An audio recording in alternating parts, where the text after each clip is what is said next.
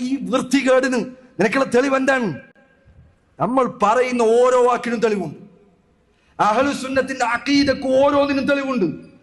നമ്മൾ എന്താണോ പറയുന്നത് അത് അതുപോലെ ഖുർആനിലുണ്ട്. തെളിവെന്താ? റസൂൽ പറഞ്ഞിട്ടുണ്ട് സല്ലല്ലാഹു അലൈഹി വസല്ലം. തെളിവെന്താ? ഖുർആൻ അല്ലാഹ് പറഞ്ഞിട്ടുണ്ട്. തെളിവെന്താ? സഹാബികൾ പറഞ്ഞിട്ടുണ്ട്. തെളിവ് അവിടെ നിന്നാണ്. എത്ര ഭംഗിയുണ്ടത്, എത്ര എളുപ്പമുണ്ടിത്.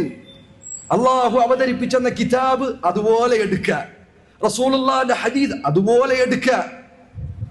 ഈ പറഞ്ഞ തോന്നിവാസങ്ങളോ ഓരോരുത്തരുടെയും തോന്നലുകളോ ചിന്തകളോ അല്ല ദീനിന്റെ അടിത്തറ എന്ന് പറയുന്നത്. ഖുർആനും സുന്നത്തുമാണ്.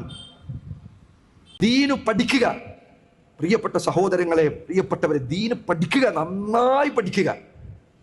കാരണം ദുനിയാവ് നിങ്ങൾക്ക് നഷ്ടപ്പെട്ടാൽ ഈ ഇവിടെയുള്ള ദുനിയാവ് കുറച്ചു കാലമാണ്. പരലോകം അങ്ങനെയല്ല. അത് പോയി ഇല്ലാതെയായി കഴിഞ്ഞാൽ അനന്തമായ അവസാനമില്ലാത്ത ജീവിതമാണ് നഷ്ടപ്പെടുക.